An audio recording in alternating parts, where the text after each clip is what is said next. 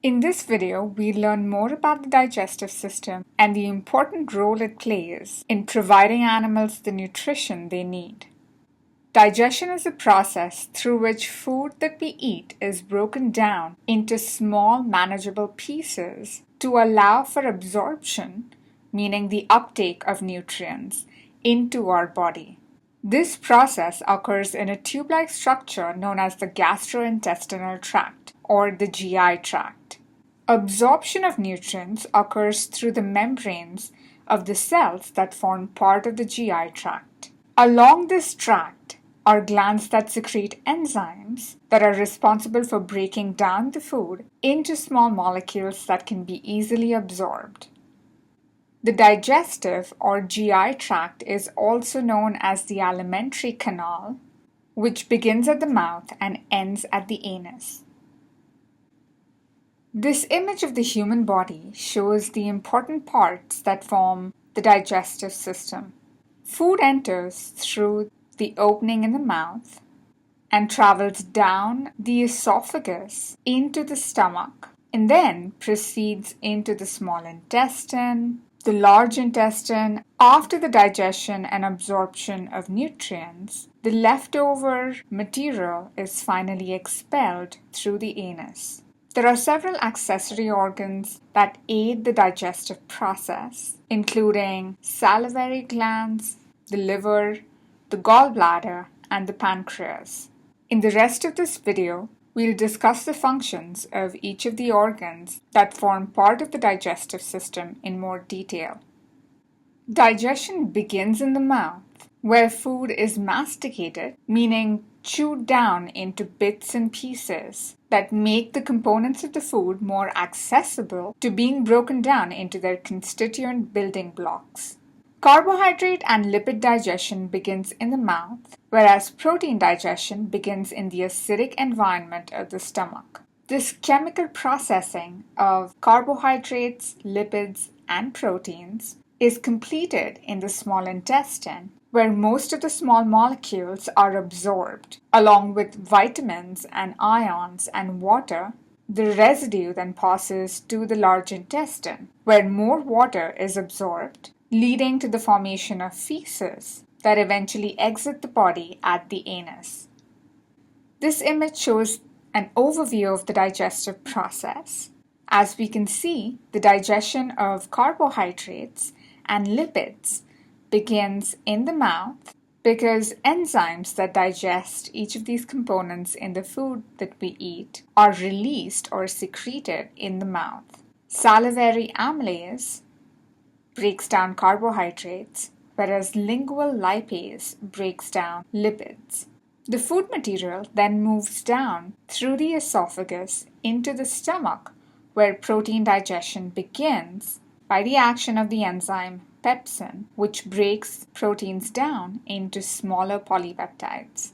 In the lumen of the small intestine, more enzymes and molecules are secreted that lead to further digestion of all three polymers in food into their constituent building blocks, namely monosaccharides, disaccharides, monoglycerides, fatty acids, and short peptides and amino acids.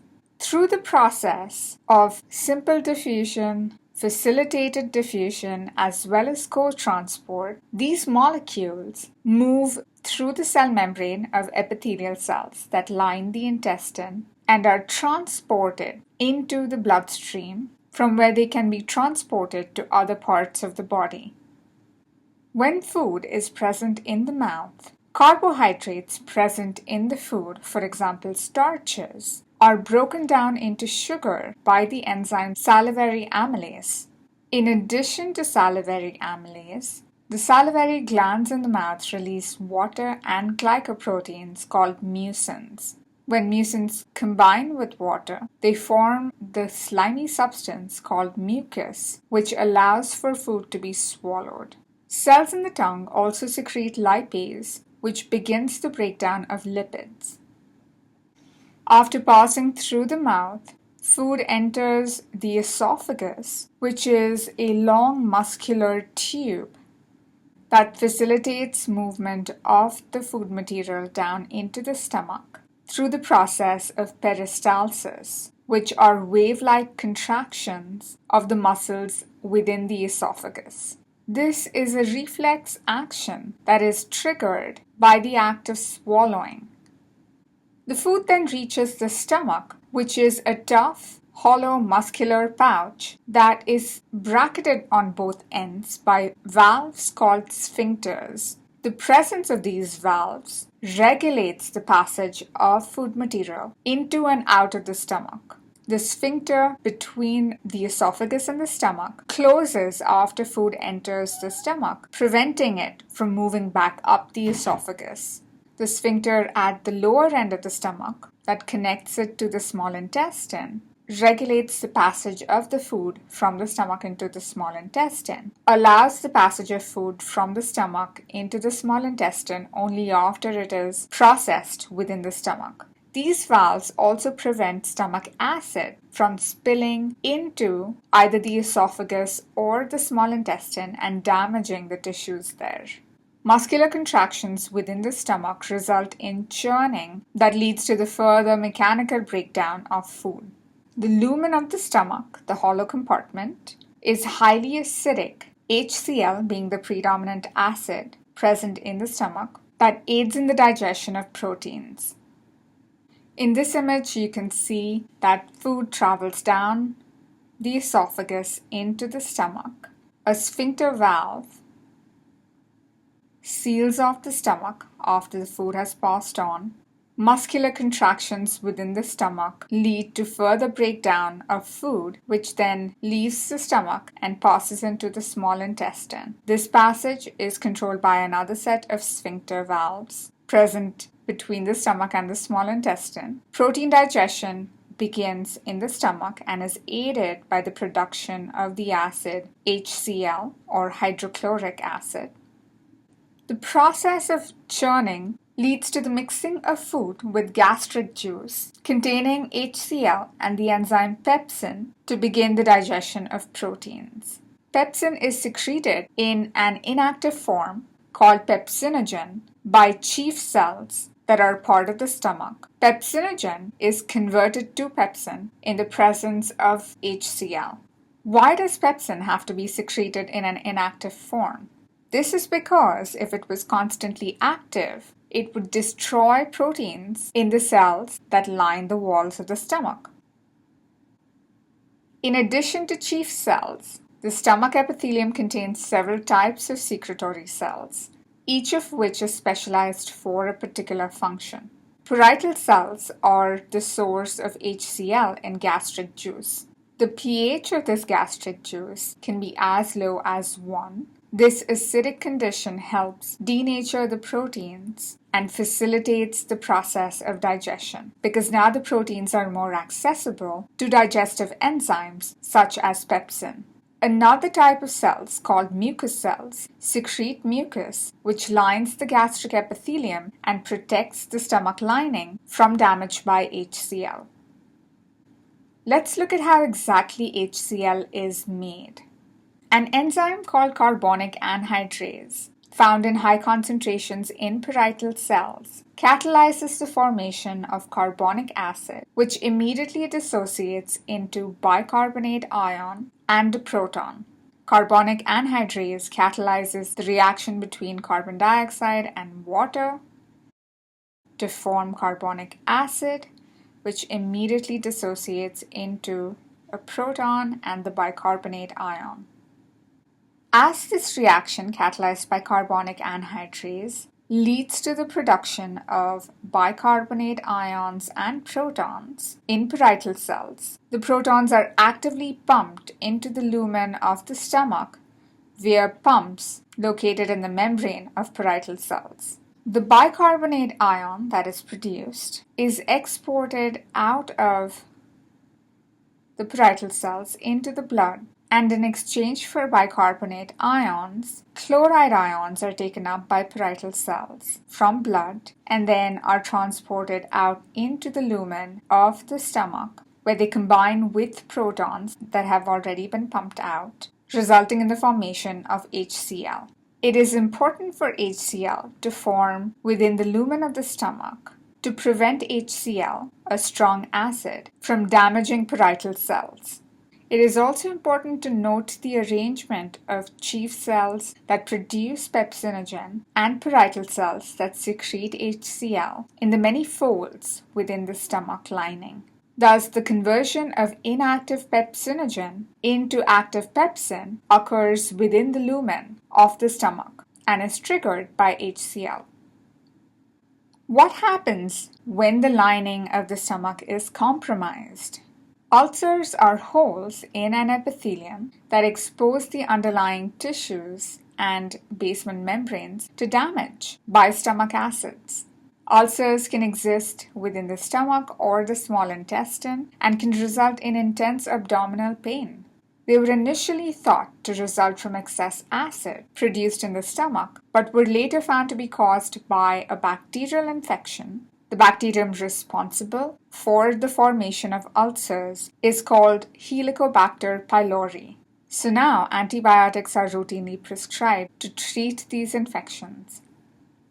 After being processed in the stomach, the partially digested food passes into the small intestine, which is a 6-meter long tube. Within the small intestine, the food mixes with secretions from pancreas and the liver and begins to move through the tube. By the time this material gets to the end of the small intestine, digestion is complete and most nutrients, along with a lot of water, have been absorbed. The presence of projections called villi that have further smaller projections called microvilli allow the small intestine to have an enormous surface area for the absorption of nutrients. This extremely large surface area, which is as big as a tennis court, increases the efficiency of nutrient absorption. This makes sense because you want to maximize the absorption of nutrients from all the food that we eat. As we can see in this image, if you look at a cross-section of the small intestine, you can see that it has several folds. One of these folds is shown here.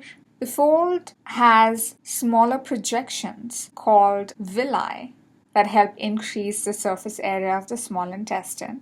These villi have blood vessels that are in close proximity to the epithelial cells lining the villus. This allows for the easy passage of nutrients from the intestinal lumen into the bloodstream.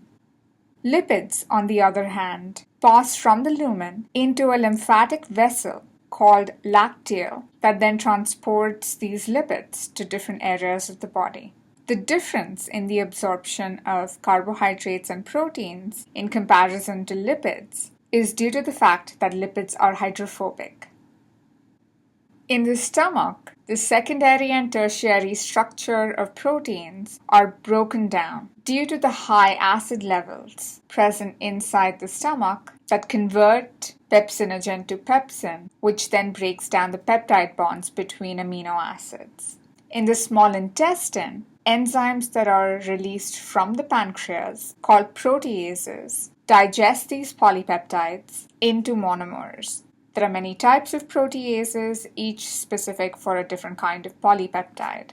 All of these are initially synthesized in inactive form by the pancreas, are transferred through the pancreatic duct into the small intestine, and are activated there for the same reasons that pepsin is initially secreted as pepsinogen.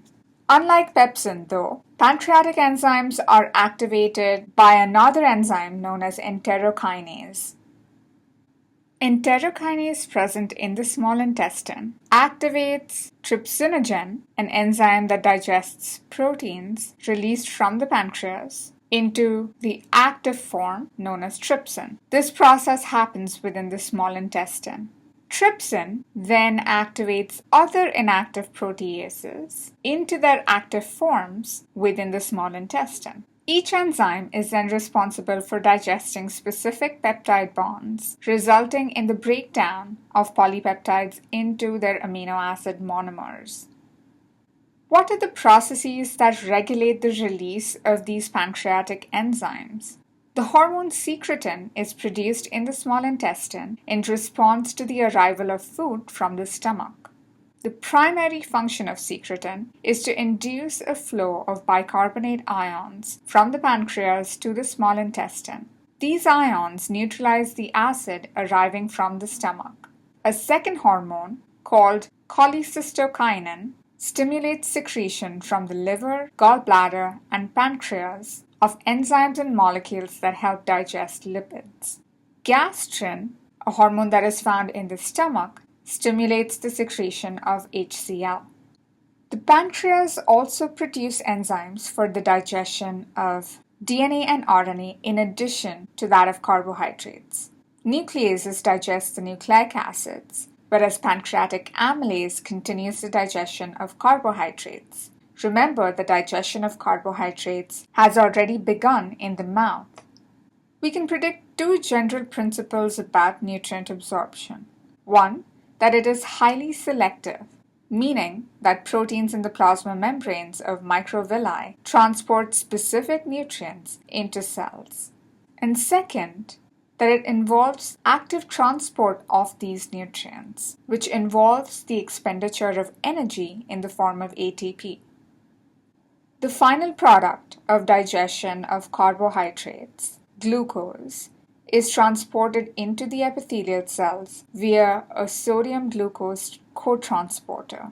The three-step model for glucose absorption is as follows.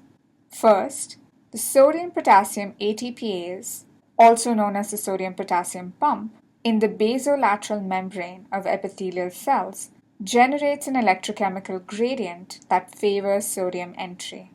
Second, glucose enters the cell along with sodium via the cotransporter. And third, glucose diffuses into nearby blood vessels through a glucose carrier in the basolateral membrane. The enzyme pancreatic lipase is involved in the digestion of lipids within the small intestine. This enzyme breaks certain bonds present in complex fats, leading to the release of fatty acids and other small lipids. Since fats are hydrophobic, they enter the small intestine in large globules that must be broken up or emulsified before digestion can begin. This emulsification results from the action of bile salts that are synthesized in the liver and secreted in a complex solution called bile. The storage location of bile is in the gallbladder. When bile enters the small intestine, it raises the pH and emulsifies the fat into small globules. This makes the fats more accessible to pancreatic lipase, which then proceeds to break bonds within these fats, resulting in the release of fatty acids and other small lipids. As we can see in this image, large fat globules enter the small intestine. The fat molecules within the large globules are inaccessible to pancreatic lipase. To make them more accessible, bile salts that are produced in the liver and stored in the gallbladder help in the emulsification of these globules, resulting in the formation of small fat globules that are more accessible to lipase, which then breaks them down into monoglycerides and fatty acids. These monoglycerides and fatty acids then enter the epithelial cells, attached to a protein named fatty acid binding protein. Once inside the epithelial cells, they are processed into protein-coated globules called chylomicrons, which diffuse into lacteals, the lymphatic vesicles we talked about in previous slides, by the process of exocytosis. This table provides examples of certain digestive enzymes in mammals.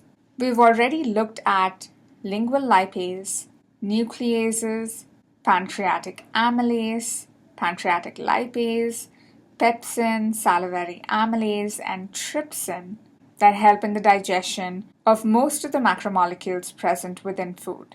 In addition to these, there are enzymes such as carboxypeptidase, which is synthesized in the pancreas and is activated by trypsin in the small intestine, carboxypeptidase is responsible for breaking peptide bonds within polypeptides, releasing amino acids. Chymotrypsin is another enzyme that follows a similar process and has similar functions. Elastase is another protease that is also activated by trypsin and breaks peptide bonds within polypeptides. So there are many enzymes that help break down carbohydrates, proteins, lipids, and nucleic acids present within the food that we eat. They're produced in different parts of the digestive system or accessory organs to the digestive system, are regulated by hormones produced by organs belonging to the endocrine system, and function at different stages in the digestive process. When solutes from digested material are brought into the epithelium of the small intestine via active transport, water follows passively by osmosis. Because water always flows from a low solute concentration to a high solute concentration, some water is absorbed in order to form the feces. Proteins called aquaporins facilitate the movement of water across membranes in the large intestine. These aquaporins are channels that play a major role in water movement within the large intestine. The part of the large intestine called cecum is an outpocketing of the digestive tract that is located at the beginning of the large intestine. It is the fermentation chamber for processing cellulose. In humans, the cecum is dramatically reduced in size and functions in defense against invading bacteria and viruses. Because its size and function differ from those of a typical cecum, it is called the appendix. In evolutionary terms, the appendix is considered a vestigial organ, or it may store symbiotic organisms active in the colon. By the time digested material reaches the large intestine, a large amount of water and virtually all of the available nutrients have been absorbed. So the primary function of the large intestine is to compact wastes that remain and absorb enough water to form feces. These processes occur in the colon, which is the main section of the structure. Feces are held in the rectum, the final part of the large intestine, until they can be excreted. This brings us to the end of the section on the digestive system. After going through this information, I'd like you to be able to respond to the questions listed on this slide. Thank you.